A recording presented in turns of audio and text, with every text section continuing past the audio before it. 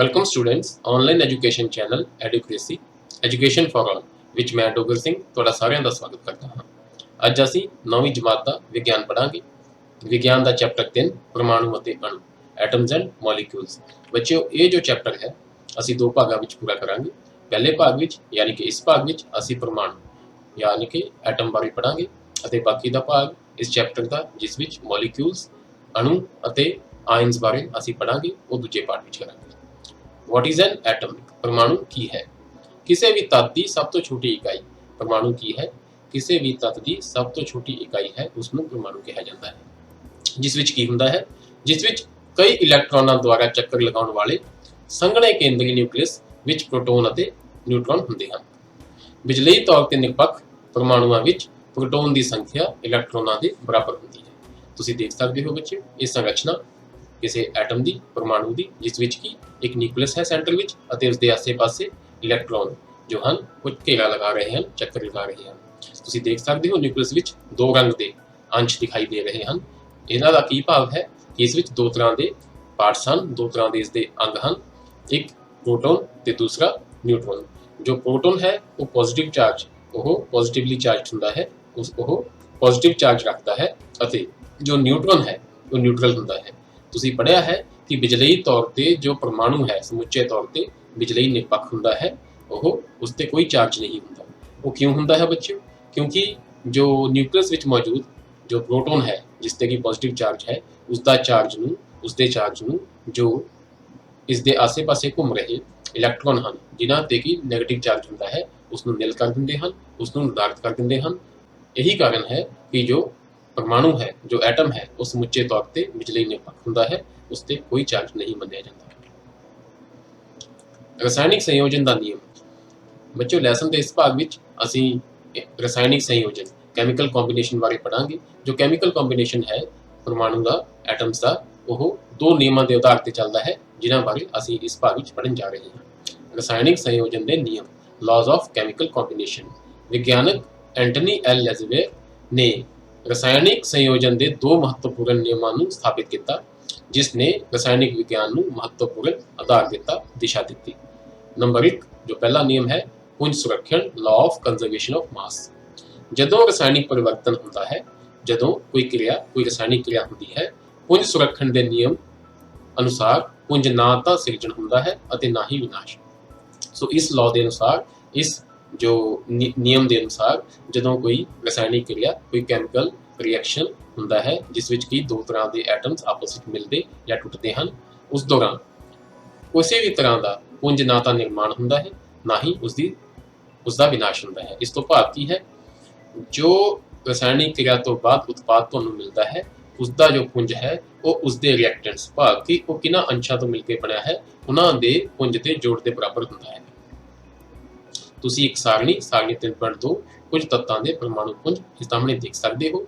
ਇਹ ਤੁਹਾਡੇ ਲਈ ਇਸ ਵਾਸਤੇ ਲਿਆਂਦੀ ਗਈ ਹੈ ਕਿਉਂਕਿ ਇਹ ਜੋ ਕੁਝ ਤੱਤ ਹਨ ਇਹਨਾਂ ਦੇ ਰਿਐਕਸ਼ਨਸ ਤੁਸੀਂ ਜਾ ਕੇ ਅੱਗੇ ਇਸ ਲੈਸਨ ਵਿੱਚ ਪੜ੍ਹੋਗੇ ਤੇ ਉੱਥੇ ਤੁਹਾਨੂੰ ਇਹਨਾਂ ਦੇ ਪਰਮਾਣੂ ਪੁੰਜ ਯਾਦ ਰੱਖਣੇ ਹੋਣਗੇ। ਹਾਈਡਰੋਜਨ ਜੋ ਕਿ ਸਭ ਤੋਂ ਘੱਟ ਪੁੰਜ ਰੱਖਣ ਵਾਲਾ ਤੱਤ ਹੈ ਉਸ ਦਾ ਪਰਮਾਣੂ ਪੁੰਜ ਕੀ ਹੈ? 1 ਪਰਮਾਣੂ ਪੁੰਜ ਨੂੰ ਬੱਚਿਓ U ਨਾਲ ਡਿਨੋਟ ਕੀਤਾ ਜਾਂਦਾ ਹੈ। ਇਸ ਨੂੰ ਲਿਖਿਆ ਇਸ ਦਾ ਸੰਕੇਤ ਕੀ ਹੈ? U, ਜਿਸ ਨੂੰ ਕਿ ਯੂਨਿਟ ਬੋਲਦੇ ਹਾਂ। ਕਈ ਥਾਵਾਂ ਤੇ ਇਸ ਨੂੰ ਗ੍ਰਾਮ ਵੀ ਲਿਖਿਆ ਜਾਂਦਾ ਪਰੰਤੂ ਇਸ ਨੂੰ ਅਸੀਂ ਲੈਸਨ ਦੇ ਦੌਰਾਨ ਯੂਨਿਟ ਹੀ ਪੜਾਂਗੇ। ਇਸ ਤੋਂ ਬਾਅਦ ਕਾਰਬਨ, ਇਸ ਦਾ ਜੋ ਪਰਮਾਣੂ ਪੁੰਜ ਹੈ 12 ਹੈ। ਤੁਸੀਂ ਦੇਖੋਗੇ ਇੱਕ ਤੋਂ ਬਾਅਦ ਸਿੱਧਾ 12 ਹੀ ਲਿਖਿਆ ਗਿਆ ਹੈ। ਇਸ ਕਾਰਨ ਹੈ ਕਿਉਂਕਿ ਇਹ ਜੋ ਤੱਤ ਹਨ ਇਹ ਉਹ ਤੱਤ ਲਏ ਗਏ ਹਨ ਜੋ ਕਿ ਜ਼ਿਆਦਾਤਰ ਐਗਜ਼ਾਮਪਲਸ ਵਿੱਚ ਅਤੇ ਰਿਐਕਸ਼ਨ ਵਿੱਚ ਜੋ ਕਿ ਜ਼ਿਆਦਾਤਰ ਉਦਾਹਰਨਾਂ ਵਿੱਚ ਅਤੇ ਕਿਰਿਆਵਾਂ ਵਿੱਚ ਵਰਤੇ ਜਾਣਗੇ। ਇਹ ਤੁਸੀਂ ਆਪਣੀ ਕਾਪੀ ਵਿੱਚ ਲਿਖ ਲੈਣੇ ਹਨ ਅਤੇ ਚੰਗੀ ਤਰ੍ਹਾਂ ਯਾਦ ਕਰ ਲੈਣੇ ਹਨ। ਕਾਰਬਨ ਦਾ ਜੋ ਪੁੰਜ ਹੈ 12 ਹੈ, ਨਾਈਟ੍ਰੋਜਨ ਦਾ 14, ਆਕਸੀਜਨ ਦਾ 16, ਸੋਡੀਅਮ ਦਾ 23, ਮੈਗਨੀਸ਼ੀਅਮ ਦਾ 24, ਇਸੇ ਤਰ੍ਹਾਂ ਸਲਫਰ, ਕਲੋਰੀਨ ਤੇ ਕੈਲਸ਼ੀਅਮ ਦੇ ਪੁੰਜ ਵੀ ਤੁਸੀਂ ਯਾਦ ਕਰ ਲੈਣੇ ਹਨ ਅਤੇ ਕਾਪੀਆਂ ਵਿੱਚ ਚੰਗੀ ਤਰ੍ਹਾਂ ਨੋਟ ਕਰ ਲੈਣੇ ਹਨ। ਬੱਚਿਓ, ਰਸਾਇਣਿਕ ਸੰਯੋਜਨ ਦਾ ਅਗਲਾ ਨਿਯਮ ਨੰਬਰ 2 ਸਥਿਰ ਅਨੁਪਾਤ ਦਾ ਨਿਯਮ ਲਾਅ ਆਫ ਕਾਂਸਟੈਂਟ ਪ੍ਰੋਪੋਰਸ਼ਨਸ। ਇਸ ਨਿਯਮ ਅਨੁਸਾਰ ਇਸ ਵਿੱਚ ਕੀ ਹੈ? ਇਹ ਨਿਯਮ ਰਸਾਇਣਿਕ ਮਿਸ਼ਰਣਾਂ ਦੀ ਰਚਨਾ ਨਾਲ ਸੰਬੰਧ ਰੱਖਦਾ ਹੈ। ਇਸ ਦੀ ਖੋਜ ਫ੍ਰੈਂਚ ਕੈਮਿਸਟ ਜੋਸੈਫ ਪ੍ਰੋਸਟ ਨੇ 1799 ਵਿੱਚ ਕੀਤੀ ਸੀ। ਇਸ ਦੇ ਅਨੁਸਾਰ ਕੋਈ ਵੀ ਯੌਗਿਕ 2 ਜਾਂ 2 ਤੋਂ ਵੱਧ ਤੱਤਾਂ ਤੋਂ ਨਿਰਮਿਤ ਹੁੰਦਾ ਹੈ। ਇਹ ਸਾਨੂੰ ਪਤਾ ਹੀ ਹੈ ਜੋ ਕੰਪਾਊਂਡ ਹੈ ਜੋ ਯੌਗਿਕ ਹੈ ਉਹ 2 ਜਾਂ 2 ਤੋਂ ਵੱਧ ਤੱਤਾਂ ਤੋਂ ਮਿਲ ਕੇ ਹੀ ਬਣਿਆ ਹੁੰਦਾ ਹੈ। ਇਸ ਤਰ੍ਹਾਂ ਪ੍ਰਾਪਤ ਯੌਗਿਕ ਵਿੱਚ ਇਹਨਾਂ ਤੱਤਾਂ ਦਾ ਅਨੁਪਾਤ ਸਥਿਰ ਹੁੰਦਾ ਹੈ, ਕਿਉਂਕਿ ਜੇ ਸਥਿਰ ਨਾ ਹੋਵੇ, ਸਾਨੂੰ ਇਹ ਵੀ ਅਸੀਂ ਪਹਿਲਾਂ ਪੜ੍ਹ ਚੁੱਕੇ ਹਾਂ, ਤਾਂ ਉਹ ਮਿਸ਼ਰਣ ਕਹਿਲਾਏਗਾ, ਉਸ ਨੂੰ ਯੌਗਿਕ ਨਹੀਂ ਕਹਾਂਗੇ। ਸਾਰੇ ਹੀ ਯੌਗਿਕਾਂ ਵਿੱਚ ਜੋ ਅਨੁਪਾਤ ਹੈ ਇਸ ਦੇ ਘਟਕਾਂ ਦਾ ਉਹ ਬਰਾਬਰ ਹੁੰਦਾ ਹੈ, ਸਥਿਰ ਹੁੰਦਾ ਹੈ, ਚਾਹੇ ਉਹ ਕਿਸੇ ਥਾਂ ਤੋਂ ਪ੍ਰਾਪਤ ਕੀਤਾ ਗਿਆ ਹੋਵੇ ਜਾਂ ਕਿਸੇ ਨੇ ਵੀ ਇਸ ਨੂੰ ਬਣਾਇਆ ਹੋਵੇ। ਯੌਗਿਕ ਪਾਣੀ ਕੀ ਹੈ? ਉਹ ਯੌਗਿਕ ਹੈ ਹਾਈਡਰੋਜਨ ਅਤੇ ਆਕਸੀਜਨ ਦਾ। ਇਸ ਵਿੱਚ ਦੋ ਜੋ ਐਟਮਸ ਹੁੰਦੇ ਹਨ ਉਹ ਹਾਈਡਰੋਜਨ ਦੇ ਅਤੇ ਇੱਕ ਆਕਸੀਜਨ ਦਾ ਹੁੰਦਾ ਹੈ। ਵਿੱਚ ਹਾਈਡਰੋਜਨ ਤੇ ਆਕਸੀਜਨ ਦੇ ਪੁੰਜਾਂ ਦਾ ਅਨੁਪਾਤ 1:8 ਹੁੰਦਾ ਹੈ। ਤੁਸੀਂ ਬੱਚਿਓ ਦੇਖ ਸਕਦੇ ਹੋ, ਜੋ ਹਾਈਡਰੋਜਨ ਦਾ ਪੁੰਜ ਹੈ ਉਹ 1 ਹੈ, ਜੋ ਆਕਸੀਜਨ ਦਾ ਹੈ ਉਹ 16 ਹੈ। ਭਾਵੇਂ ਪਾਣੀ ਦਾ ਸਰੋਤ ਕੋਈ ਵੀ ਹੋਵੇ, ਪਾਣੀ ਜਿਸ ਨੂੰ ਕਿ H2O ਕਿਹਾ ਜਾਂਦਾ ਦੇ ਇੱਕ ਅਣੂ ਵਿੱਚ ਹਾਈਡਰੋਜਨ ਦੇ 2 ਯੂਨਿਟ, ਤੁਸੀਂ ਦੇਖੋਗੇ H2 ਹੈ ਤਾਂ ਫਿਰ ਕੀ ਕਹਾਂਗੇ, ਹਾਈਡਰੋਜਨ ਦੇ 2 ਯੂਨਿਟ ਅਤੇ ਆਕਸੀਜਨ ਦੇ 16 ਯੂਨਿਟ। 16 ਮਤਲਬ ਆਕਸੀਜਨ ਦਾ 1 ਕਿਸ ਦੇ ਬਰਾਬਰ ਹੈ, ਉਸ ਦਾ ਪੁੰਜ ਕੀ ਹੈ 16, ਇਸ ਕਰਕੇ ਇਸ ਦੇ 16 ਯੂਨਿਟ ਪੁੰਜ ਹੁੰਦੇ ਹਨ। ਇਸ ਤਰ੍ਹਾਂ 9 ਗ੍ਰਾਮ ਇਹਨਾਂ ਦੀ ਰੇਸ਼ੋ ਕੀ ਬਣੀ ਬੱਚਿਓ, 2:16, 2:16। ਇਸ ਕਰਕੇ ਜਿਸ ਨੂੰ ਅਸੀਂ ਹੋਰ ਸਰਲ ਰੂਪ ਵਿੱਚ ਕਟਾਂਗੇ ਤਾਂ ਨਿਕਲੇਗਾ ਕਿ 1:8। ਇਸੇ ਤਰ੍ਹਾਂ ਇਸ ਤਰ੍ਹਾਂ 9 ਗ੍ਰਾਮ ਪਾਣੀ ਵਿੱਚ ਦਾਬ ਘਟਨ ਕਰੀਏ ਤਾਂ ਹਮੇਸ਼ਾ ਹੀ ਕੀ ਨਿਕਲੇਗਾ, 1 ਗ੍ਰਾਮ ਹਾਈਡਰੋਜਨ ਅਤੇ 8 ਗ੍ਰਾਮ ਆਕਸੀਜਨ ਹੀ ਪ੍ਰਾਪਤ ਹੋਵੇਗੀ। ਇਹ ਜੋ ਕਿਰਿਆ ਹੈ ਤੁਸੀਂ ਵਿਸ਼ਵ ਦੇ ਸੰਸਾਰ ਦੇ ਕਿਸੇ ਕੋਨੇ ਵਿੱਚ ਕਰੋ ਜਾਂ ਫਿਰ ਕਿਸੇ ਸਰੋਤ ਤੋਂ ਵੀ ਪਾਣੀ ਲੈ ਕੇ ਕਰੋ, ਜਦੋਂ ਵੀ ਪਾਣੀ ਦਾ ਅਪਘਟਨ ਕੀਤਾ ਜਾਵੇਗਾ ਤਾਂ 1:8 ਵਿੱਚ ਤੁਹਾਨੂੰ ਹਾਈਡਰੋਜਨ ਤੇ ਆਕਸੀਜਨ ਪ੍ਰਾਪਤ ਹੋਣਗੇ। ਸੋ ਇਹ ਜੋ ਹੈ ਸਥਿਰ ਅਨੁਪਾਤ ਦਾ ਨਿਯਮ ਹੈ, ਇਹ ਹਰ ਥਾਂ ਹੀ ਫੋਲੋ ਕੀਤਾ ਜਾਂਦਾ ਹੈ। ਬੱਚਿਓ ਜੋ ਰਸਾਇਣਿਕ ਸੰਯੋਜਨ ਦੇ ਇਹ ਜੋ 2 ਨਿਯਮ ਹਨ ਇਹ ਬਹੁਤ ਹੀ ਮਹੱਤਵਪੂਰਨ ਹਨ, ਇਹਨਾਂ ਨੂੰ ਹਮੇਸ਼ਾ ਹੀ ਤੁਸੀਂ ਯਾਦ ਰੱਖਣਾ ਹੈ। ਇਸੇ ਤਰ੍ਹਾਂ ਅਮੋਨੀਆ, ਜਿਸ ਨੂੰ ਕਿ ਆਪਾਂ NH3 ਲਿਖਦੇ ਹਾਂ, ਵਿੱਚ ਨਾਈਟ੍ਰੋਜਨ ਅਤੇ ਹਾਈਡਰੋਜਨ ਦੇ ਪੁੰਜ ਹਮੇਸ਼ਾ 14:3 ਦੇ ਅਨੁਪਾਤ ਵਿੱਚ ਹੁੰਦੇ ਹਨ। ਭਾਵੇਂ ਅਮੋਨੀਆ ਕਿਸੇ ਵੀ ਵਿਧੀ ਨਾਲ ਤਿਆਰ ਕੀਤਾ ਗਿਆ ਹੋਵੇ ਅਤੇ ਉਹ ਕਿਸੇ ਵੀ ਸਰੋਤ ਤੋਂ ਲਿਆ ਗਿਆ ਹੋਵੇ। ਸੋ ਇਹ 14:3 ਕਿਵੇਂ ਬਣਿਆ ਬੱਚਿਓ, ਅਸੀਂ ਇਹ ਦੇਖੋ ਸਾਰਣੀ ਪਹਿਲਾਂ ਵੀ ਪੜ੍ਹੀ ਸੀ। ਇਹ ਸਮਝਣ ਕਰਕੇ ਤੁਹਾਡੇ ਸਹੂਲਤ ਵਾਸਤੇ ਸਾਰਣੀ ਇੱਥੇ ਵੀ ਦਿੱਤੀ ਗਈ ਹੈ। ਜੋ ਨਾਈਟ੍ਰੋਜਨ ਦਾ ਜੋ ਪਰਮਾਣੂ ਪੁੰਜ ਹੈ, ਐਟੋਮਿਕ ਮਾਸ ਹੈ, ਉਹ ਕੀ ਹੈ 14। ਇਸ ਦੇ ਨਾਲ ਹੀ ਹਾਈਡਰੋਜਨ ਅਸੀਂ ਪਹਿਲਾਂ ਪੜ੍ਹ ਚੁੱਕੇ ਹਾਂ, ਸਾਨੂੰ ਪਤਾ ਹੈ ਇਸ ਦਾ ਪੁੰਜ ਕੀ ਹੈ 1। ਸੋ ਇਸ ਵਿੱਚ ਕਿੰਨੇ ਹਨ, ਜੋ 3 ਐਟਮਸ ਹਨ। H3 ਦਾ ਮਤਲਬ ਕੀ ਹੈ, H3 ਦਾ ਮਤਲਬ ਹੈ 3 ਐਟਮਸ ਜੋ ਹਨ ਹਾਈਡਰੋਜਨ ਦੇ ਹਨ। ਇਹਦੇ ਨਾਲ ਕੁਝ ਨਹੀਂ ਲਿਖਿਆ ਗਿਆ, ਇਸ ਕਰਕੇ ਇਸ ਨੂੰ ਅਸੀਂ 1 ਮੰਨਾਂਗੇ। ਇਸ ਦਾ 14 ਅਤੇ ਹਾਈਡਰੋਜਨ ਦਾ 1:1:1, 3 ਵਾਰ ਕੇ ਜੋੜਾਂਗੇ ਤਾਂ 3 ਬਣੇਗਾ। ਇਹ ਬਣਿਆ ਕਿ 14:3। ਉਪਰੋਕਤ ਉਦਾਹਰਨਾਂ ਤੋਂ ਸਥਿਰ ਅਨੁਪਾਤ ਦੇ ਨਿਯਮ ਦੀ ਵਿਆਖਿਆ ਹੁੰਦੀ ਹੈ, ਜਿਸ ਨੂੰ ਨਿਸ਼ਚਿਤ ਅਨੁਪਾਤ ਦਾ ਨਿਯਮ ਵੀ ਕਹਿੰਦੇ ਹਨ। ਉਸਨੇ ਭਾਵ ਕਿ ਜੋਸੇਫ ਗੌਸ ਨੇ ਇਸ ਨਿਯਮ ਨੂੰ ਇਸ ਪ੍ਰਕਾਰ ਦਿੱਤਾ, ਕਿਸੇ ਵੀ ਯੌਗਿਕ ਵਿੱਚ ਤੱਤ ਹਮੇਸ਼ਾ ਇੱਕ ਨਿਸ਼ਚਿਤ ਪੁੰਜ ਦੇ ਅਨੁਪਾਤ ਵਿੱਚ ਮੌਜੂਦ ਹੁੰਦੇ ਹਨ। ਸੋ ਇਹ ਜਦੋਂ ਤੁਸੀਂ ਅੱਗੇ ਜਾ ਕੇ ਕੈਮੀਕਲ ਇਕੁਏਸ਼ਨਸ ਨੂੰ ਬੈਲੈਂਸ ਕਰੋਗੇ, ਜਦੋਂ ਰਸਾਇਣਿਕ ਕਿਰਿਆਵਾਂ ਨੂੰ ਤੁਸੀਂ ਸੰਤੁਲਨ ਕਰਨ ਦੀ, ਉਹਨਾਂ ਨੂੰ ਬੈਲੈਂਸ ਕਰਨ ਦੀ ਕੋਸ਼ਿਸ਼ ਕਰੋਗੇ, ਤਾਂ ਤੁਸੀਂ ਇੱਥੇ ਇਸ ਜੋ ਦੋਨੋਂ ਨਿਯਮ ਹਨ ਉਹਨਾਂ ਦਾ ਪ੍ਰਯੋਗ ਕਰੋਗੇ। ਆਓ ਅੱਗੇ ਵਧਦੇ ਹਾਂ ਬੱਚਿਓ। ਬ੍ਰਿਟਿਸ਼ ਕੈਮਿਸਟ ਜੌਨ ਡਾਲਟਨ, ਇਹ ਬੱਚਿਓ ਜੋ ਅਸੀਂ ਤੀਜਾ ਸਾਇੰਟਿਸਟ ਬਾਰੇ ਪੜ੍ਹ ਰਹੇ ਹਾਂ। ਪਹਿਲਾ ਕੀ ਸੀਗਾ, ਪਹਿਲਾ ਲੈਜ਼ੀਵਰ, ਦੂਜਾ ਪ੍ਰੋਸਟ ਤੇ ਤੀਜਾ ਡਾਲਟਨ। ਇਹ ਤੁਸੀਂ ਇਹਨਾਂ ਦੇ ਨਾਮ ਅਤੇ ਜੋ ਇਹਨਾਂ ਨੇ ਖੋਜਾਂ ਕੀਤੀਆਂ ਇਹਨਾਂ ਬਾਰੇ ਵੀ ਤੁਸੀਂ ਬਹੁਤ ਚੰਗੀ ਤਰ੍ਹਾਂ ਯਾਦ ਰੱਖਣਾ, ਇਸ ਨੂੰ ਆਪਣੀ ਕਾਪੀ ਵਿੱਚ ਨੋਟ ਕਰਨਾ। ਬ੍ਰਿਟਿਸ਼ ਕੈਮਿਸਟ ਜੌਨ ਡਾਲਟਨ ਨੇ 1808 ਵਿੱਚ ਪਦਾਰਥਾਂ ਦੀ ਪ੍ਰਕਿਰਤੀ ਬਾਰੇ ਇੱਕ ਸਿਧਾਂਤ ਪੇਸ਼ ਕੀਤਾ, ਪ੍ਰਦਾਨ ਕੀਤਾ। ਉਸ ਦਾ ਸਿਧਾਂਤ ਰਸਾਇਣਿਕ ਮਿਸ਼ਰਣ ਦੇ ਨਿਯਮਾਂ ਤੇ ਆਧਾਰਿਤ ਸੀ। ਡਾਲਟਨ ਦੇ ਸਿਧਾਂਤ ਨੇ ਪੁੰਜ ਦੇ ਸੁਰੱਖਣ ਦੇ ਨਿਯਮ ਅਤੇ ਨਿਸ਼ਚਿਤ ਅਨੁਪਾਤ ਦੇ ਨਿਯਮ ਦੀ ਵਿਆਖਿਆ ਕੀਤੀ, ਉਸ ਦੀ ਪੁਨਰ ਵਿਆਖਿਆ ਕੀਤੀ। ਉਸਨੇ ਕਿਹਾ ਕਿ ਪਦਾਰਥ ਦਾ ਸਭ ਤੋਂ ਛੋਟਾ ਹਿੱਸਾ ਜਿਸ ਨੂੰ ਅੱਗੇ ਨਹੀਂ ਵੰਡ ਸਕਦੇ, ਉਹ ਕੀ ਕਹਾਉਂਦਾ ਹੈ, ਉਸ ਨੂੰ ਐਟਮ ਕਿਹਾ ਜਾਂਦਾ ਹੈ। ਡਾਲਟਨ ਦੇ ਸਿਧਾਂਤ ਦੀ ਵਿਆਖਿਆ ਹੇਠ ਲਿਖੇ ਅਨੁਸਾਰ ਹੈ। ਪਦਾਰਥ ਅਟੁੱਟ ਕਣਾਂ ਦਾ ਬਣਿਆ ਹੁੰਦਾ ਹੈ, ਜਿਸ ਨੂੰ ਪਰਮਾਣੂ ਐਟਮ ਕਿਹਾ ਜਾਂਦਾ ਹੈ। ਕਿਸੇ ਤੱਤ ਦੇ ਸਾਰੇ ਪਰਮਾਣੂਆਂ ਦੀ ਵਿਸ਼ੇਸ਼ਤਾ ਪੁੰਜ ਸਮੇਤ ਇੱਕੋ ਜਿਹੀ ਹੁੰਦੀ ਹੈ। ਕਿਸੇ ਵੀ ਤੱਤ ਦੇ ਸਾਰੇ ਪਰਮਾਣੂਆਂ ਦੀ ਵਿਸ਼ੇਸ਼ਤਾਵਾਂ ਅਤੇ ਪੁੰਜ ਇੱਕ ਹੁੰਦਾ ਹੈ, ਸਮਾਨ ਹੁੰਦਾ ਹੈ, ਕਿਉਂਕਿ ਇੱਕ ਤੱਤ ਦੇ ਸਾਰੇ ਪਰਮਾਣੂ ਇੱਕੋ ਜਿਹੇ ਹੁੰਦੇ ਹਨ, ਜਦੋਂ ਕਿ ਵੱਖੋ ਵੱਖਰੇ ਤੱਤ ਦੇ ਪਰਮਾਣੂ ਵੱਖ-ਵੱਖ ਹੁੰਦੇ ਹਨ। ਨੰਬਰ 4, ਵੱਖੋ ਵੱਖਰੇ ਤੱਤ ਦੇ ਪਰਮਾਣੂ ਮਿਸ਼ਰਣ ਬਣਾਉਣ ਲਈ ਨਿਰਧਾਰਿਤ ਅਨੁਮਾਨ ਵਿੱਚ ਇਕੱਠੇ ਹੁੰਦੇ ਹਨ। ਪਰਮਾਣੂ ਨਾ ਤਾਂ ਬਣਾਇਆ ਜਾ ਸਕਦਾ ਹੈ ਅਤੇ ਨਾ ਹੀ ਖਤਮ ਕੀਤਾ ਜਾ ਸਕਦਾ ਹੈ। ਇਸ ਤੋਂ ਭਾਵ ਹੈ ਕਿ ਰਸਾਇਣਿਕ ਕਿਰਿਆਵਾਂ ਦੌਰਾਨ ਕੋਈ ਪਰਮਾਣੂ ਨਹੀਂ ਬਣਾਇਆ ਜਾਂਦਾ ਅਤੇ ਨਾ ਹੀ ਇਸ ਦਾ ਖਾਤਮਾ ਹੁੰਦਾ ਹੈ। ਨਵੇਂ ਉਤਪਾਦ ਯੌਗਿਕ, ਨਵੇਂ ਉਤਪਾਦਾਂ ਭਾਵ ਕਿ ਯੌਗਿਕਾਂ ਦਾ ਗਠਨ ਮੌਜੂਦਾ ਪਰਮਾਣੂਆਂ ਦੇ ਪੁਨਰ ਗਠਨ ਦਾ ਨਤੀਜਾ ਹੈ। ਜੋ ਯੌਗਿਕ ਹਨ, ਜੋ ਕੰਪਾਊਂਡ ਬਣਦੇ ਹਨ, ਉਹ ਰਿਐਕਟੈਂਟਸ ਜੋ ਕਿ ਉਹਦੇ ਅੰਸ਼ ਹਨ, ਜੋ ਕਿ ਜੋ ਕਿ ਰਿਐਕਟ ਕਰਕੇ ਉਸ ਕੰਪਾਊਂਡ ਨੂੰ ਬਣਾਉਂਦੇ ਹਨ, ਉਹਨਾਂ ਦੇ ਪਰਮਾਣੂਆਂ ਦਾ ਪੁਨਰਗਠਨ ਰੀਅਰੇਂਜਮੈਂਟ ਦਾ ਹੀ ਨਤੀਜਾ ਹੈ। ਨੰਬਰ 6, ਇੱਕ ਤੱਤ ਦੇ ਪਰਮਾਣੂ ਪੁੰਜ, ਆਕਾਰ ਅਤੇ ਕਈ ਹੋਰ ਰਸਾਇਣਿਕ ਜਾਂ ਭੌਤਿਕ ਵਿਸ਼ੇਸ਼ਤਾਵਾਂ ਵਿੱਚ ਇੱਕੋ ਜਿਹੇ ਹੁੰਦੇ ਹਨ। ਜੋ ਕਿਸੇ ਵੀ ਇੱਕ ਤੱਤ ਦੇ ਪਰਮਾਣੂ ਹਨ ਉਹ ਇੱਕੋ ਤਰ੍ਹਾਂ ਦੇ ਹੁੰਦੇ ਹਨ, ਉਸਦੇ ਪੁੰਜ, ਉਸਦਾ ਆਕਾਰ, ਉਸਦੀ ਰਸਾਇਣਿਕ ਅਤੇ ਭੌਤਿਕ ਵਿਸ਼ੇਸ਼ਤਾਵਾਂ ਵੀ ਇੱਕੋ ਤਰ੍ਹਾਂ ਦੀਆਂ ਹੁੰਦੀਆਂ ਹਨ। ਪਰ ਦੋ ਵੱਖ-ਵੱਖ ਤੱਤ ਪਰਮਾਣੂ ਪੁੰਜ, ਆਕਾਰ ਅਤੇ ਰਸਾਇਣਿਕ ਜਾਂ ਸਰੀਰਕ ਗੁਣਾਂ ਵਿੱਚ ਭਿੰਨ ਹੁੰਦੇ ਹਨ। ਇਸ ਦੇ ਉਲਟ ਜੋ ਅਲੱਗ-ਅਲੱਗ ਤੱਤਾਂ ਦੇ ਜੋ ਪਰਮਾਣੂ ਹੁੰਦੇ ਹਨ ਉਹ ਅਲੱਗ-ਅਲੱਗ ਪੁੰਜ, ਅਲੱਗ-ਅਲੱਗ ਆਕਾਰ ਅਤੇ ਭੌਤਿਕ ਅਤੇ ਰਸਾਇਣਿਕ ਵਿਸ਼ੇਸ਼ਤਾਵਾਂ ਰੱਖਦੇ ਹਨ। ਸੋ ਇਹ ਸਨ ਜੋ ਵਿਸ਼ੇਸ਼ਤਾਵਾਂ ਡਾਲਟਨ ਦੀਆਂ, ਜੋ ਡਾਲਟਨ ਦੀ ਵਿਆਖਿਆ ਸੀ। ਇਸ ਦੇ ਉਲਟ ਡਾਲਟਨ ਦੇ ਪਰਮਾਣੂ ਸਿਧਾਂਤ ਦੀਆਂ ਕਮੀਆਂ, ਕੁਝ ਕਮੀਆਂ ਵੀ ਸਨ ਜੋ ਉਸ ਸਮੇਂ ਤੋਂ ਬਾਅਦ ਦੇ ਵਿਗਿਆਨਕਾਂ ਨੇ ਨਵੀਆਂ ਖੋਜਾਂ ਨਾਲ ਇਸ ਵਿੱਚ ਲੱਭੀਆਂ, ਇਸ ਵਿੱਚ ਪਾਈਆਂ। ਡਾਲਟਨ ਦੇ ਪਰਮਾਣੂ ਸਿਧਾਂਤ ਅਨੁਸਾਰ ਪਰਮਾਣੂ ਨੂੰ ਅਟੁੱਟ ਮੰਨਿਆ ਜਾਂਦਾ ਹੈ, ਪਰ ਹੁਣ ਪਤਾ ਹੈ, ਹੁਣ ਅਸੀਂ ਜਾਣ ਚੁੱਕੇ ਹਾਂ ਨਵੀਆਂ ਖੋਜਾਂ ਤੋਂ ਬਾਅਦ ਕਿ ਪਰਮਾਣੂ ਨੂੰ ਹੋਰ ਛੋਟੇ ਕਣਾਂ ਵਿੱਚ ਵੰਡਿਆ ਜਾ ਸਕਦਾ ਹੈ, ਜਿਸ ਨੂੰ ਇਲੈਕਟ੍ਰੋਨ, ਪ੍ਰੋਟੋਨ ਅਤੇ ਨਿਊਟਰੋਨ ਕਹਿੰਦੇ ਹਨ। ਅਸੀਂ ਪਹਿਲਾਂ ਪੜ੍ਹਿਆ ਸੀ ਇਲੈਕਟ੍ਰੋਨ ਕੀ ਸੀ, ਜੋ ਨੈਗੇਟਿਵਲੀ ਚਾਰਜ ਪਾਰਟੀਕਲ ਸੀਗਾ, ਜੋ ਨੈਗੇਟਿਵਲੀ ਚਾਰਜ ਅੰਸ਼ ਸੀਗਾ, ਜੋ ਨਿਊਕਲੀਅਸ ਦੇ ਆਸੇ-ਪਾਸੇ ਅਸੀਂ ਪਹਿਲੀ ਸਲਾਈਡ ਵਿੱਚ ਘੁੰਮਦੇ ਦੇਖਿਆ ਸੀ। ਪ੍ਰੋਟੋਨ ਕੀ ਸੀ, ਜੋ ਨਿਊਕਲੀਅਸ ਵਿੱਚ ਪੋਜ਼ਿਟਿਵਲੀ ਚਾਰਜ ਪਾਰਟੀਕਲ ਸੀ, ਅਤੇ ਨਿਊਟਰੋਨ ਕੀ ਸੀ, ਜਿਸ ਤੇ ਕੋਈ ਚਾਰਜ ਨਹੀਂ ਸੀ, ਜੋ ਕਿ ਨਿਊਕਲੀਅਸ ਵਿੱਚ ਮੌਜੂਦ ਸੀ। ਡਾਲਟਨ ਦੇ ਪਰਮਾਣੂ ਸਿਧਾਂਤ ਨੇ ਕਿਹਾ ਕਿ ਇੱਕ ਤੱਤ ਦੇ ਸਾਰੇ ਪਰਮਾਣੂ ਇੱਕੋ ਜਿਹੇ ਹੁੰਦੇ ਹਨ, ਪਰ ਹੁਣ ਇਹ ਜਾਣਿਆ ਜਾਂਦਾ ਹੈ ਕਿ ਇੱਕੋ ਤੱਤ ਦੇ ਪਰਮਾਣੂਆਂ ਵਿੱਚ ਮਾਮੂਲੀ ਫਰਕ ਹੋ ਸਕਦਾ ਹੈ, ਜਿਵੇਂ ਕਿ ਆਈਸੋਟੋਪ। ਆਈਸੋਟੋਪਸ ਬਾਰੇ ਬੱਚਿਓ ਤੁਸੀਂ ਇਸ ਜਮਾਤ ਵਿੱਚ ਅੱਗੇ ਜਾ ਕੇ ਪੜ੍ਹੋਗੇ।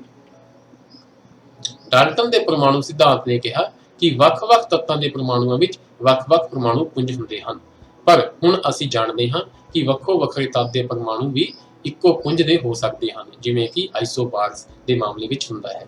ਬੱਚੇ ਜੋ ਆਈਸੋਬਾਰਸ ਨੇ ਉਹ ਕੀ ਹੁੰਦੇ ਹਨ, ਇਹ ਅਲੱਗ-ਅਲੱਗ ਐਲੀਮੈਂਟਸ ਹੁੰਦੇ ਨੇ, ਅਲੱਗ-ਅਲੱਗ ਤੱਤ ਹੁੰਦੇ ਹਨ, ਪਰੰਤੂ ਇਹਨਾਂ ਦਾ ਪੁੰਜ ਜੋ ਹੈ ਉਹ ਸੇਮ ਹੁੰਦਾ ਹੈ। ਇਹਦੇ ਬਾਰੇ ਡਿਟੇਲ ਵਿੱਚ ਜਾ ਕੇ ਤੁਸੀਂ ਇਸੇ ਜਮਾਤ ਵਿੱਚ ਅੱਗੇ ਪੜ੍ਹੋਗੇ। ਇੱਕੋ ਕਿਸਮ ਦੇ ਪਰਮਾਣੂ ਨਾਲ ਬਣੇ ਪਦਾਰਥਾਂ ਵਿੱਚ ਵੱਖੋ-ਵੱਖਰੀਆਂ ਵਿਸ਼ੇਸ਼ਤਾਵਾਂ ਹੋ ਸਕਦੀਆਂ ਹਨ। ਉਦਾਹਰਨ ਦੇ ਲਈ ਜੋ ਡਾਲਟਨ ਦਾ ਸਿਧਾਂਤ ਸੀ ਉਹ ਕਹਿੰਦਾ ਸੀ ਕਿ ਇੱਕੋ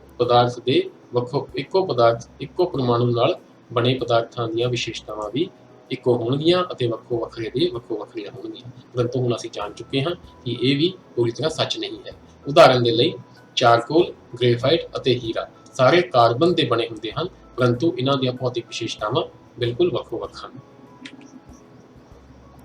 ਇਸ ਤੋਂ ਅਗਲਾ ਭਾਗ ਲੈਸਨ ਦਾ ਪਰਮਾਣੂ ਕਿੰਨੇ ਵੱਡੇ ਹੁੰਦੇ ਹਨ, ਪਰਮਾਣੂ ਦਾ ਸਾਈਜ਼ ਕੀ ਹੈ, how big are the atoms. ਪਰਮਾਣੂ ਬਹੁਤ ਛੋਟੇ ਹੁੰਦੇ ਹਨ। ਲੱਖਾਂ ਪਰਮਾਣੂਆਂ ਨੂੰ ਜਦੋਂ ਇੱਕ ਦੇ ਉੱਪਰ ਇੱਕ ਚੱਠੇ ਦੇ ਰੂਪ ਵਿੱਚ ਰੱਖੀਏ ਤਾਂ ਬੜੀ ਮੁਸ਼ਕਿਲ ਨਾਲ ਕਾਗਜ਼ ਦੀ ਇੱਕ ਸ਼ੀਟ ਜਿੰਨੀ ਮੋਟੀ ਪਰਤ ਬਣ ਸਕੇਗੀ। ਪਰਮਾਣੂ ਅਰਧ ਵਿਆਸ ਐਟੋਮਿਕ ਰੇਡੀਅਸ ਨੂੰ ਨੈਨੋਮੀਟਰ ਵਿੱਚ ਮਾਪਿਆ ਜਾਂਦਾ ਹੈ। ਤੁਸੀਂ ਇੱਥੇ ਦੇਖ ਸਕਦੇ ਹੋ ਸਾਰਣੀ ਬਣਾਈ ਗਈ ਹੈ, ਜਿਸ ਨਾਲ ਕਿ ਤੁਸੀਂ ਐਟਮ ਦੀ ਜੋ ਸਾਈਜ਼ ਹੈ, ਜੋ ਉਸਦਾ ਆਕਾਰ ਹੈ, ਉਸਦੀ ਤੁਸੀਂ ਕਲਪਨਾ ਕਰ ਸਕਦੇ ਹੋ। ਪਰਮਾਣੂ ਦਾ ਅਰਧ ਵਿਆਸ ਜੋ ਹੈ, ਤੁਸੀਂ ਦੇਖੋ ਸੇਬ ਦਾ ਜੋ ਅਰਧ ਵਿਆਸ ਹੈ ਉਹ 10⁻⁻1 10 ਦੀ ਸ਼ਕਤੀ -1 ਲਿੱਤੀ ਗਈ ਹੈ। ਸਾਨੂੰ ਪਤਾ ਹੈ ਕਿ ਜਦੋਂ -1 ਸ਼ਕਤੀ ਹੁੰਦੀ ਹੈ ਤਾਂ ਉਸਨੂੰ ਆਪਾਂ 1/10 ਮੰਨਦੇ ਹਾਂ। ਸੋ 1/10 ਮੀਟਰ ਜੋ ਹੈ ਉਹ ਸੇਬ ਦਾ ਅਰਧ ਵਿਆਸ ਹੁੰਦਾ ਹੈ। ਇਸੇ ਤਰ੍ਹਾਂ ਕਰਦੇ ਕਰਦੇ 10 ਦੀ ਪਾਵਰ -10 ਇੱਕ ਹਾਈਡਰੋਜਨ ਪਰਮਾਣੂ ਦਾ ਅਰਧ ਵਿਆਸ ਹੈ, ਜੋ ਕਿ ਸਭ ਤੋਂ ਛੋਟਾ ਪਰਮਾਣੂ ਮੰਨਿਆ ਜਾਂਦਾ ਹੈ। ਇसी तरह जो परमाणु का अर्ध व्यास है वो नैनोमीटर्स ਵਿੱਚ ਮੰਨਿਆ ਜਾਂਦਾ ਹੈ। नैनो तो भाव है 9, इसी करके 10 की पावर -9। ਤੁਸੀਂ ਬੱਚਿਓ ਇਸ ਨੂੰ ਇਸ ਤਰ੍ਹਾਂ ਯਾਦ ਰੱਖਣਾ ਹੈ, नैनो भाव की 9। ਇਸ ਦੇ ਨਾਲ ਹੀ ਬੱਚਿਓ ਤੁਸੀਂ ਨੀਚੇ ਦੇਖ ਸਕਦੇ ਹੋ नैनोमीटर ਕਿਹਦੇ ਬਰਾਬਰ ਹੈ, 10⁻⁻9 10 ਦੀ ਸ਼ਕਤੀ -9 मीटर या फिर 10/1 अरब मीटर। जो नीचे वाला तरीका है 1/1 अरब मीटर वाला साइंस ਵਿੱਚ ਨਹੀਂ ਵਰਤਿਆ ਜਾਂਦਾ। ਇਸ ਕਰਕੇ ਸਾਇੰਸ ਵਿੱਚ ਹਮੇਸ਼ਾ ਹੀ ਤੁਸੀਂ ਜਦੋਂ ਦੇਖੋਗੇ ਨੈਨੋਮੀਟਰ ਨੂੰ 10 ਦੀ ਸ਼ਕਤੀ -9 ਨਾਲ ਹੀ ਲਿਖਿਆ ਦੇਖੋਗੇ। ਵੱਖ-ਵੱਖ ਤੱਤਾਂ ਦੇ ਪਰਮਾਣੂ ਦੇ ਆਧੁਨਿਕ ਸੰਕੇਤ ਕੀ ਹਨ? ਮਾਡਰਨ ਸਿੰਬਲਸ ਆਧੁਨਿਕ ਸੰਕੇਤ ਇਹ ਬਹੁਤ ਹੀ ਜ਼ਰੂਰੀ ਹਨ ਬੱਚਿਓ। ਇਹ ਤੁਸੀਂ ਆਪਣੀ ਕਾਪੀ ਵਿੱਚ ਲਿਖਣੇ ਨੇ ਤੇ ਨੋਟ ਕਰਨੇ ਨੇ ਤੇ ਯਾਦ ਵੀ ਕਰਨੇ ਨੇ। ਜੇ ਬਰਜ਼ੀਲੀਅਸ ਨੇ ਤੱਤਾਂ ਦੇ ਅਜਿਹੇ ਸੰਕੇਤ ਦਾ ਸੁਝਾਅ ਦਿੱਤਾ ਜੋ ਉਹਨਾਂ ਤੱਤਾਂ ਦੇ ਨਾਵਾਂ ਦੇ ਇੱਕ ਜਾਂ ਦੋ ਅੱਖਰਾਂ ਨੂੰ ਪ੍ਰਦਰਸ਼ਿਤ ਕਰਨ, ਦੋ ਅੱਖਰਾਂ ਤੋਂ ਪ੍ਰਦਰਸ਼ਿਤ ਹੋਣ। ਤੱਤ ਜਿੱਥੇ ਪਹਿਲੇ ਅੱਖਰ ਨੂੰ ਆਧੁਨਿਕ ਚਿੰਨ੍ਹ ਵਜੋਂ ਲਿਆ ਗਿਆ ਹੈ, ਉਹ ਤੱਤ ਜਿੱਥੇ ਕਿ ਫਸਟ ਸਿੰਬਲ ਜੋ ਪਹਿਲਾ ਚਿੰਨ੍ਹ ਹੈ ਉਸਨੂੰ ਐਜ਼ ਅ ਮਾਡਰਨ ਸਿੰਬਲ ਜੋ ਪਹਿਲਾ ਆਧੁਨਿਕ ਚਿੰਨ੍ਹ ਲਿਆ ਗਿਆ ਹੈ। ਹਾਈਡਰੋਜਨ ਦਾ ਪਹਿਲਾ ਅੱਖਰ ਕੀ ਹੈ, ਪਹਿਲਾ ਅੱਖਰ ਹੈ H, ਇਸ ਨੂੰ H ਨਾਲ ਡਿਨੋਟ ਕੀਤਾ ਜਾਂਦਾ ਹੈ। ਜਿੱਥੇ ਵੀ ਤੁਸੀਂ ਜਿਵੇਂ ਕਿ H2O, ਠੀਕ ਹੈ, ਉੱਥੇ ਹਾਈਡਰੋਜਨ ਨੂੰ ਕੀ ਲਿਖਿਆ ਗਿਆ ਸੀ? H। ਕਾਰਬਨ ਜਿਵੇਂ CO2 ਆਪਾਂ ਪੜ੍ਹਦੇ ਹਾਂ, ਕਾਰਬਨ ਡਾਈਆਕਸਾਈਡ, ਉੱਥੇ ਕਾਰਬਨ ਨੂੰ ਕਿਵੇਂ ਲਿਖਿਆ ਜਾਂਦਾ? C। ਨਾਈਟ੍ਰੋਜਨ NH3 ਤੁਸੀਂ ਦੇਖਿਆ ਸੀ ਐਮੋਨੀਆ ਵਿੱਚ, ਉੱਥੇ ਨਾਈਟ੍ਰੋਜਨ ਨੂੰ ਕਿਵੇਂ ਲਿਖਿਆ ਗਿਆ ਸੀ? N ਦੇ ਰੂਪ ਵਿੱਚ। ਆਕਸੀਜਨ O, ਫਲੋਰੀਨ ਨੂੰ ਆਪਾਂ F ਲਿਖਾਂਗੇ। ਤੇ ਕੁਝ ਤੱਤ ਐਸੇ ਹਨ ਜਿਨ੍ਹਾਂ ਨੂੰ ਪਹਿਲੇ ਦੋ ਅੱਖਰਾਂ ਨਾਲ ਅਸੀਂ ਜਾਣਦੇ ਹਾਂ, ਡਿਨੋਟ ਕੀਤਾ ਜਾਂਦਾ ਹੈ। ਉਹ ਹੈ aluminium Al, ਬੈਰੀਅਮ Ba, lithium Li, neon Ne ਤੇ ਕੈਲਸ਼ੀਅਮ Ca। ਇਹ ਕੁਝ ਉਦਾਹਰਨਾਂ ਤੁਹਾਡੇ ਲਈ ਦਿੱਤੀਆਂ ਗਈਆਂ ਹਨ। ਇਹ ਐਗਜ਼ੌਸਟਿਵ ਨਹੀਂ ਹੈ, ਇਹ ਅੰਤ ਨਹੀਂ ਇਸ ਲੜੀ ਦਾ। ਇਸ ਤਰ੍ਹਾਂ ਦੇ ਤੱਤ ਹੋਰ ਵੀ ਹੋ ਸਕਦੇ ਹਨ ਜਿਹੜੇ ਕਿ ਇਸ ਲੜੀ ਵਿੱਚ ਜੁੜੇ ਜਾ ਸਕਦੇ ਹਨ, ਪਰੰਤੂ ਇਹ ਜੋ ਤੱਤ ਹਨ ਜੋ ਜ਼ਿਆਦਾਤਰ ਕਿਰਿਆਵਾਂ ਵਿੱਚ ਤੁਸੀਂ ਵਰਤੋਗੇ, ਉਹਨਾਂ ਨੂੰ ਇੱਥੇ ਤੁਹਾਡੇ ਲਈ ਲਿਆਂਦਾ ਗਿਆ ਹੈ, ਲਿਖਿਆ ਗਿਆ ਹੈ। ਤੀਸਰੀ ਤਰ੍ਹਾਂ ਦੀ ਕੈਮੀਕਲ ਜੋ ਮਾਡਰਨ ਸਿੰਬਲਸ ਹਨ, ਉਹ ਕਿਸ ਤਰ੍ਹਾਂ ਦੇ ਹਨ? ਜਿੱਥੇ ਪਹਿਲੇ ਅਤੇ ਤੀਜੇ ਅੱਖਰ ਨੂੰ ਜੋੜ ਕੇ ਆਧੁਨਿਕ ਚਿੰਨ੍ਹ ਵਜੋਂ ਲਿਆ ਗਿਆ ਹੈ। ਆਰਸੈਨਿਕ, ਇੱਥੇ AR ਨਹੀਂ ਹੈ, ਇੱਥੇ AS ਬਣ ਗਿਆ ਬੱਚਿਓ। ਮੈਗਨੀਸ਼ੀਅਮ Mg ਪਹਿਲਾ ਅਤੇ ਤੀਜਾ, M ਪਹਿਲਾ ਹੈ, G ਤੀਜਾ ਹੈ। Chlorine Cl, zinc Zn, chromium Cr। ਕੁਝ ਤੱਤ ਜਿੱਥੇ ਆਧੁਨਿਕ ਚਿੰਨ੍ਹ ਨੂੰ ਲੈਟਿਨ ਜਾਂ ਫਿਰ ਗ੍ਰੀਕ ਭਾਸ਼ਾ ਤੋਂ ਲਿਆ ਗਿਆ ਹੈ। ਇਸ ਤਰ੍ਹਾਂ ਦੇ ਜੋ ਤੱਤ ਹਨ ਉਹ ਹਨ ਸਿਲਵਰ ਨੂੰ Ag ਲਿਖਿਆ ਜਾਂਦਾ ਹੈ, ਜੋ ਕਿ ਇਸ ਦੇ ਗ੍ਰੀਕ ਨਾਮ ਤੋਂ ਲਿਆ ਗਿਆ ਹੈ। ਇਸ ਤਰ੍ਹਾਂ ਕਾਪਰ ਨੂੰ ਕਿਉਪਰਮ ਕਿਹਾ ਜਾਂਦਾ ਹੈ, ਇਸ ਕਰਕੇ ਇਸ ਦਾ ਸਿੰਬਲ ਕੀ ਬਣਿਆ? ਇਸ ਦਾ ਮਾਡਰਨ ਸਿੰਬਲ, ਇਸ ਦਾ ਆਧੁਨਿਕ ਚਿੰਨ੍ਹ ਕੀ ਬਣਿਆ? Cu। ਗੋਲਡ ਔਰਮ ਨੂੰ Au ਕਹਾਂਗੇ। ਆਇਰਨ, ਇਸ ਦਾ ਜੋ ਗ੍ਰੀਕ ਵਿੱਚ ਕਿਹਾ ਜਾਂਦਾ ਹੈ ਇਸ ਨੂੰ ਫੈਰਮ, ਇਸ ਕਰਕੇ ਇਸ ਦਾ ਜੋ ਸਿੰਬਲ ਕੀ ਬਣਿਆ? Fe। ਮਰਕਰੀ ਦਾ Hg, ਪੋਟਾਸ਼ੀਅਮ ਦਾ K, ਸੋਡੀਅਮ ਦਾ Na ਅਤੇ ਲੈਡ ਦਾ Pb। ਇਹ ਬੱਚਿਆਂ ਨੂੰ ਬਹੁਤ ਹੀ ਕਨਫਿਊਜ਼ ਕਰਦੇ ਨੇ, ਕਿਉਂਕਿ ਇਹ ਜੋ ਸਿੰਬਲਸ ਹਨ ਇਹ ਇਸ ਅੱਖਰ ਵਿੱਚ ਤੁਹਾਨੂੰ ਕਿਤੇ ਵੀ ਨਹੀਂ ਮਿਲਣਗੇ, ਠੀਕ ਹੈ। ਸਿਲਵਰ ਵਿੱਚ Ag ਕਿਤੇ ਵੀ ਨਹੀਂ ਹੈ, ਇਸ ਕਰਕੇ ਤੁਸੀਂ ਬੜੇ ਧਿਆਨ ਨਾਲ ਯਾਦ ਕਰਨਾ ਹੈ ਨਾ। ਲੈਸਨ ਦਾ ਅਗਲਾ ਭਾਗ, ਪਰਮਾਣੂ ਚਿੰਨ੍ਹਾਂ ਦੀ ਮਹੱਤਤਾ। ਅਸੀਂ ਪਰਮਾਣੂ ਚਿੰਨ੍ਹ ਪੜ੍ਹ ਲਏ, ਯਾਦ ਕਰ ਲਏ, ਪਰੰਤੂ ਇਹਨਾਂ ਦੀ ਲੋੜ ਕੀ ਹੈ, ਇਹਨਾਂ ਦੀ ਮਹੱਤਤਾ ਕੀ ਹੈ? ਇੱਕ ਤੱਤ ਦਾ ਪ੍ਰਤੀਕ ਗੁਣਾਤਮਕ ਅਤੇ ਮਾਤਰਾਤਮਕ ਦੋਨੋਂ ਮਹੱਤਵ ਰੱਖਦਾ ਹੈ। ਸੋ ਜਦੋਂ ਅਸੀਂ ਕਿਸੇ ਹਾਈਡਰੋਜਨ ਨੂੰ H ਲਿਖਦੇ ਹਾਂ ਤਾਂ ਉਸਦੇ ਗੁਣਾਤਮਕ ਕਿ ਹਾਈਡਰੋਜਨ ਵਿੱਚ ਕੀ ਗੁਣ ਹਨ, ਉਸਦੇ ਐਟਮ ਵਿੱਚ ਕੀ ਗੁਣ ਹਨ ਉਹ ਵੀ ਦਰਸਾਉਂਦਾ ਹੈ, ਅਤੇ ਮਾਤਰਾਤਮਕ ਉਸ ਵਿੱਚ ਕਿੰਨੇ ਐਟਮ ਦੀ ਗੱਲ ਹੋ ਰਹੀ ਹੈ, ਉਸ ਮੋਲੀਕੂਲ ਵਿੱਚ ਕਿੰਨੇ ਐਟਮ ਹਨ ਤੇ ਉਹਦਾ ਮਾਸ ਕੀ ਹੈ, ਭਾਵ ਕਿ ਮਾਤਰਾਤਮਕ ਸਭ ਚੀਜ਼ਾਂ ਉਸ ਇੱਕ ਚਿੰਨ੍ਹ ਨਾਲ ਸਾਨੂੰ ਪਤਾ ਲੱਗ ਜਾਂਦੀਆਂ ਹਨ। ਨੰਬਰ 1, ਪਰਮਾਣੂ ਚਿੰਨ੍ਹ ਦੀ ਵਰਤੋਂ ਤੱਤ ਦੇ ਨਾਮ ਲਈ ਕੀਤੀ ਜਾਂਦੀ ਹੈ। ਸੋ ਜਿੱਥੇ ਅਸੀਂ H ਲਿਖਦੇ ਹਾਂ ਉੱਥੇ ਸਾਨੂੰ ਪਤਾ ਲੱਗ ਜਾਂਦਾ ਹੈ ਇੱਥੇ ਹਾਈਡਰੋਜਨ ਦੀ ਗੱਲ ਹੋ ਰਹੀ ਹੈ। ਇਸੇ ਤਰ੍ਹਾਂ ਕਾਰਬਨ, ਜਿੱਥੇ C ਲਿਖਿਆ ਹੁੰਦਾ ਹੈ ਅਸੀਂ ਸਮਝ ਜਾਂਦੇ ਹਾਂ ਕਿ ਇੱਥੇ ਕਾਰਬਨ ਦੀ ਗੱਲ ਹੋ ਰਹੀ ਹੈ। ਪਰਮਾਣੂ ਚਿੰਨ੍ਹ ਤੱਤ ਦੇ ਇੱਕ ਪਰਮਾਣੂ ਨੂੰ ਦਰਸਾਉਂਦਾ ਹੈ। ਜਿੱਥੇ ਬੱਚਿਓ H ਲਿਖਿਆ ਹੁੰਦਾ ਹੈ ਉਹਦਾ ਮਤਲਬ ਇਹ ਹੁੰਦਾ ਹੈ ਕਿ we are talking about one atom of hydrogen। ਅਸੀਂ ਇੱਕ ਹਾਈਡਰੋਜਨ ਪਰਮਾਣੂ ਦੀ ਗੱਲ ਕਰ ਰਹੇ ਹਾਂ। ਜਿਵੇਂ ਕਿ ਅਮੋਨੀਆ ਵਿੱਚ NH3 ਸੀ, ਇਸ ਤੋਂ ਭਾਵ ਕੀ ਸੀ ਕਿ ਹਾਈਡਰੋਜਨ ਦੇ 3 ਪਰਮਾਣੂ। ਪਰਮਾਣੂ ਚਿੰਨ੍ਹ ਇਸ ਦੇ ਪਰਮਾਣੂ ਪੁੰਜ ਦੇ ਬਰਾਬਰ ਤੱਤ ਦੀ ਮਾਤਰਾ ਨੂੰ ਦਰਸਾਉਂਦੇ ਹਨ। ਇਹ ਵੀ ਬਿਲਕੁਲ ਠੀਕ ਹੈ ਬੱਚਿਓ। ਜਿੱਥੇ ਅਸੀਂ H3 ਸਾਨੂੰ ਪਤਾ ਹੈ ਕਿ ਪਰਮਾਣੂ ਪੁੰਜ ਹਾਈਡਰੋਜਨ ਦਾ 1 ਹੈ, ਜਿਵੇਂ ਕਿ NH3 ਵਿੱਚ ਅਸੀਂ ਜਿੱਥੇ N ਸੀ ਉਸ ਨੂੰ 1 ਨਹੀਂ ਮੰਨਿਆ ਸੀ, ਜਿਵੇਂ ਕਿ ਜੋ ਐਟਮ ਸੀ ਉਹ ਤਾਂ ਨਾਈਟ੍ਰੋਜਨ ਦਾ ਇੱਕੋ ਸੀ, ਉਹਨੂੰ ਅਸੀਂ ਜਦੋਂ ਅਸੀਂ ਇਸ ਦੀ ਰੇਸ਼ੋ ਕੱਢੀ, ਅਨੁਪਾਤ ਕੱਢਿਆ ਤਾਂ ਉਸਨੂੰ 14 ਮੰਨਿਆ। ਸੋ ਇਸ ਦਾ ਕੀ ਮਤਲਬ ਹੈ? ਪਰਮਾਣੂ ਚਿੰਨ੍ਹ ਇਸ ਦੇ ਪਰਮਾਣੂ ਪੁੰਜ ਨੂੰ ਵੀ ਦਰਸਾਉਂਦਾ ਹੈ। ਪਰਮਾਣੂ ਚਿੰਨ੍ਹ ਪਰਮਾਣੂਆਂ ਦੇ ਸਮੂਹ ਨੂੰ ਦਰਸਾਉਂਦਾ ਹੈ ਜਿਸ ਵਿੱਚ ਇੱਕ ਐਵੋਗੈਡਰੋ ਦੇ ਬਰਾਬਰ ਪਰਮਾਣੂਆਂ ਦੀ ਗਿਣਤੀ ਹੋਵੇ। ਬੱਚੋ ਐਵੋਗੈਡਰੋ ਨੰਬਰ ਦਾ ਮਤਲਬ ਕੀ ਹੈ? ਇਸ ਦਾ ਮਤਲਬ ਇਹ ਹੈ, ਅਸੀਂ ਦੁਬਾਰਾ ਅਮੋਨੀਆ ਦੀ ਐਗਜ਼ਾਮਪਲ ਲੈਂਦੇ ਹਾਂ, ਉਦਾਹਰਨ ਲੈਂਦੇ ਹਾਂ। ਉਸ ਵਿੱਚ ਕੀ ਸੀ? NH3। ਉਸ ਵਿੱਚ ਇੱਕ ਜੋ ਐਟਮ ਸੀ ਉਹ ਕਿਸ ਦਾ ਸੀ? ਨਾਈਟ੍ਰੋਜਨ ਦਾ, ਜਿਸ ਦਾ ਕਿ ਪਰਮਾਣੂ ਪੁੰਜ ਕੀ ਹੈ? 14। ਸੋ 14 ਤੋਂ ਕੀ ਭਾਵ ਹੈ? ਉਸ ਵਿੱਚ ਨਾਈਟ੍ਰੋਜਨ ਦੇ ਇਸ ਨੰਬਰ ਦੇ ਬਰਾਬਰ 6.022 ਗੁਣਾ 10⁻10 ਦੀ ਸ਼ਕਤੀ 23 ਦੇ ਬਰਾਬਰ ਐਟਮਸ ਹਨ। ਸੋ ਇਹ ਇਸ ਦੇ ਬਾਰੇ ਤੁਸੀਂ ਡਿਟੇਲ ਵਿੱਚ ਅੱਗੇ ਜਾ ਕੇ ਜਦੋਂ ਤੁਸੀਂ ਮੋਲ ਸਿਧਾਂਤ ਪੜ੍ਹੋਗੇ ਉਹਦੇ ਵਿੱਚ ਜਾਣੋਗੇ। ਆਓ ਬੱਚਿਓ ਇਸੀ ਜੋ ਮਾਡਰਨ ਸਿੰਬਲ ਹੈ, ਜੋ ਆਧੁਨਿਕ ਸਿੰਬਲ ਹੈ, ਇਸ ਦੀ ਮਹੱਤਤਾ ਨੂੰ ਇੱਕ ਐਗਜ਼ਾਮਪਲ ਦੇ ਰੂਪ ਵਿੱਚ ਸਮਝਣ ਦੀ ਕੋਸ਼ਿਸ਼ ਕਰੀਏ। ਉਦਾਹਰਨ ਦੇ ਲਈ ਸਿੰਬਲ O ਜੋ ਚਿੰਨ੍ਹ ਹੈ ਉਸਦਾ ਕੀ ਅਰਥ ਹੈ, ਕੀ ਅਰਥ ਉਸਦੇ ਬਣਦੇ ਹਨ। ਜਿੱਥੇ O ਲਿਖਿਆ ਹੁੰਦਾ ਹੈ ਉਸਦਾ ਮਤਲਬ ਕੀ ਹੈ ਕਿ ਅਸੀਂ ਤੱਤ ਆਕਸੀਜਨ ਦੀ ਗੱਲ ਕਰ ਰਹੇ ਹਾਂ। ਉੱਥੇ ਹੀ ਇਸ ਦਾ ਕੀ ਮਤਲਬ ਬਣਦਾ ਹੈ ਕਿ ਅਸੀਂ ਆਕਸੀਜਨ ਦੇ ਇੱਕ ਪਰਮਾਣੂ, ਇੱਕ ਐਟਮ ਦੀ ਗੱਲ ਕਰ ਰਹੇ ਹਾਂ। ਉੱਥੇ ਇਸ ਦਾ ਹੋਰ ਕੀ ਮਤਲਬ ਬਣਦਾ ਹੈ ਕਿ ਉੱਥੇ ਅਸੀਂ 16 ਗ੍ਰਾਮ 16 ਯੂਨਿਟ ਆਕਸੀਜਨ ਦੇ ਐਟੋਮਿਕ ਮਾਸ ਦੀ ਗੱਲ ਕਰ ਰਹੇ ਹਾਂ। ਆਕਸੀਜਨ ਪਰਮਾਣੂਆਂ ਦਾ ਸਮੂਹ, ਇਸ ਦੇ ਨਾਲ ਹੀ ਜਿੱਥੇ O ਲਿਖਿਆ ਹੁੰਦਾ ਹੈ ਉੱਥੇ ਅਸੀਂ ਜਦੋਂ 16 ਯੂਨਿਟ ਦੀ ਗੱਲ ਕਰਦੇ ਹਾਂ, 16 ਯੂਨਿਟ ਐਟੋਮਿਕ ਮਾਸ ਦੀ ਗੱਲ ਕਰਦੇ ਹਾਂ, ਉਸ ਦਾ ਕੀ ਮਤਲਬ ਹੈ? ਅਸੀਂ ਐਵੋਗੈਡਰੋ ਸਿਧਾਂਤ ਵਿੱਚ ਪੜ੍ਹਿਆ ਹੈ, ਐਵੋਗੈਡਰੋ ਨੰਬਰ ਵਿੱਚ ਪੜ੍ਹਿਆ ਹੈ ਕਿ ਇੱਕ 16 ਗ੍ਰਾਮ ਆਕਸੀਜਨ, 16 ਯੂਨਿਟ ਆਕਸੀਜਨ ਦੇ ਐਟੋਮਿਕ ਮਾਸ ਦਾ ਕੀ ਮਤਲਬ ਹੈ ਕਿ ਇਸ ਵਿੱਚ 6.022 ਗੁਣਾ 10 ਰੇਜ਼ ਟੂ ਪਾਵਰ 10 ਦੀ ਸ਼ਕਤੀ 3 ਦੇ ਬਰਾਬਰ ਆਕਸੀਜਨ ਦੇ ਪਰਮਾਣੂ ਹਨ। ਪਰਮਾਣੂਆਂ ਦੀ ਗਿਣਤੀ ਦੀ ਗੱਲ ਹੋ ਰਹੀ ਹੈ। ਪਰਮਾਣੂ ਕਿਸ ਤਰ੍ਹਾਂ ਦੀ ਹੋਂਦ ਰੱਖਦੇ ਹਨ? ਹੁਣ ਅਗਲਾ ਸਟੈਪ ਕੀ ਹੈ? ਅਗਲਾ ਜੋ ਲੈਸਨ ਦਾ ਭਾਗ ਹੈ ਕਿ ਪਰਮਾਣੂ ਹਨ ਤਾਂ ਹਨ ਵਾਤਾਵਰਣ ਵਿੱਚ, ਸਾਡੇ ਆਲੇ ਦੁਆਲੇ ਵਿੱਚ, ਪਰ ਕੀ ਪਰਮਾਣੂ ਦੇ ਰੂਪ ਵਿੱਚ ਹੀ ਹੋਂਦ ਰੱਖਦੇ ਹਨ ਜਾਂ ਫਿਰ ਕਿਸੇ ਹੋਰ ਰੂਪ ਵਿੱਚ? ਵਧੇਰੇ ਤੱਤਾਂ ਦੇ ਪਰਮਾਣੂ ਸੁਤੰਤਰ ਰੂਪ ਵਿੱਚ ਹੋਂਦ ਵਿੱਚ ਨਹੀਂ ਰਹਿ ਸਕਦੇ। ਪਰਮਾਣੂ ਅਣੂ ਅਤੇ ਆਇਨ ਬਣਾਉਂਦੇ ਹਨ। ਇਹ ਅਣੂ ਅਤੇ ਆਇਨ ਮੋਲੀਕੂਲਸ ਐਂਡ ਆਇਨਸ ਬਹੁਤ ਜ਼ਿਆਦਾ ਸੰਖਿਆ ਵਿੱਚ ਇਕੱਠੇ ਹੋ ਕੇ ਉਹ ਪਦਾਰਥ ਬਣਾਉਂਦੇ ਹਨ ਜਿਸ ਨੂੰ ਅਸੀਂ ਦੇਖ ਸਕਦੇ ਹਾਂ, ਅਨੁਭਵ ਕਰ ਸਕਦੇ ਹਾਂ ਅਤੇ ਛੂ ਸਕਦੇ ਹਾਂ। ਬੱਚਿਓ, ਇਹ ਜੋ ਹੈ ਲੈਸਨ ਦਾ ਅਗਲਾ ਭਾਗ ਹੈ ਜੋ ਕਿ ਅਸੀਂ ਪਾਰਟ 2 ਵਿੱਚ ਕਰਾਂਗੇ, ਜਿਸ ਦੇ ਬਾਰੇ ਅਸੀਂ ਸ਼ੁਰੂ 'ਚ ਗੱਲ ਕੀਤੀ ਸੀ। ਇਸ ਦੇ ਨਾਲ ਜੋ ਲੈਸਨ ਦਾ ਪਹਿਲਾ ਭਾਗ ਪਾਰਟ 1 ਹੈ ਉਹ ਖਤਮ ਹੋ ਚੁੱਕਿਆ ਹੈ। ਬੱਚਿਓ, ਇਹ ਬਹੁਤ ਹੀ ਇੰਪੋਰਟੈਂਟ ਭਾਗ ਹੈ ਕਿਉਂਕਿ ਅਗਲੀ ਕੈਮਿਸਟਰੀ ਜੋ ਅਗਲਾ ਰਸਾਇਣਿਕ ਵਿਗਿਆਨ ਹੈ 9ਵੀਂ ਦਾ, 10ਵੀਂ ਦਾ, 11ਵੀਂ ਦਾ, 12ਵੀਂ ਦਾ, ਉਸ ਦਾ ਇਹ ਆਧਾਰ ਹੈ। ਤੁਸੀਂ ਕੈਮੀਕਲ ਸਿੰਬਲਸ, ਐਵੋਗੈਡਰੋ ਨੰਬਰ ਅਤੇ ਮਾਸ, ਐਟੋਮਿਕ ਮਾਸ ਬਾਰੇ ਬਹੁਤ ਹੀ ਚੰਗੀ ਤਰ੍ਹਾਂ ਸਮਝ ਲੈਣਾ ਹੈ। ਇਸ ਦੇ ਨਾਲ ਹੀ ਬੱਚਿਓ, ਇਹ ਕਹਿੰਦੇ ਹੋਏ ਮੈਂ ਤੁਹਾਡੇ ਤੋਂ ਵਿਦਾ ਲੈਂਦਾ। ਤੁਹਾਡਾ ਬਹੁਤ ਬਹੁਤ ਧੰਨਵਾਦ।